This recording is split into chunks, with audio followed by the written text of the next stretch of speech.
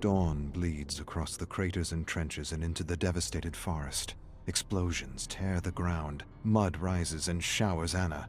Men tumble headlong into open craters filled with rotting cadavers. Mangled human and horse flesh make a feast for rats. Other men are blasted to bits and pieces. Some drown in mud and blood. The brutal savagery of these human animals amuses Anna. She's never been so entertained. They are worse than hungry wolves fighting over a carcass. Some speak words she understands. Others speak words foreign to her ears. A pathetic scream like nothing she's heard suddenly startles her. She follows the source of the sound into the decimated forest, where she sees a small canvas tent and Russian soldiers guarding foreign prisoners. She watches them all evening. She watches horrified when they execute one of the horses for dinner. So much meat wasted due to sloppy butchery. After dinner, the Russians grab one of their foreign prisoners and crush his head with a shovel to pass the time. They laugh and make jokes. She watches them in the shadows and laughs silently. Not with them, at them. A shovel is clunky, the blows are awkward, the death messy. These men are neither fish nor meat. Her mother taught her better.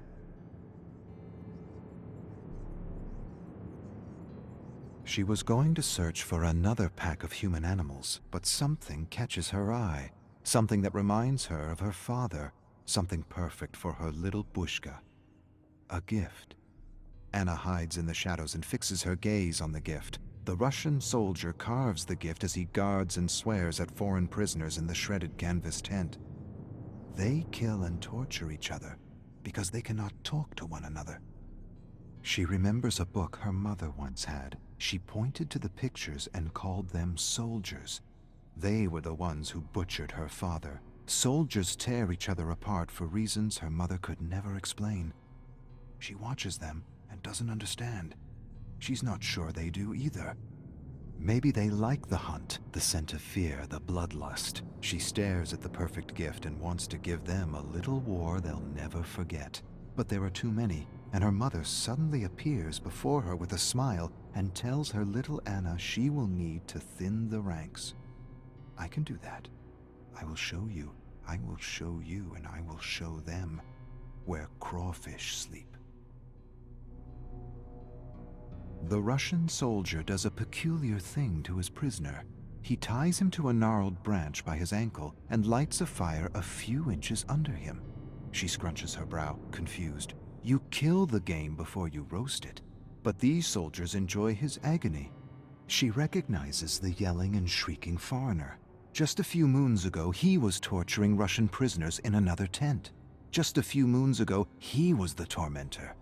The Russian holds the perfect gift in his hands while the prisoner shrieks and squeals like a pig. She smirks. It's kind of a funny cry. It is. It's amusing. The Russians make jokes and imitate the squealing cry. She fights down explosive laughter. It's the most ridiculous sound she's ever heard.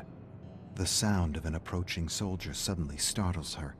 She wheels to see a glittering bayonet rushing her. She evades and grabs the pathetic scrawny man by the neck, curls her calloused fingers around his bulging apple and yanks with devastating fury.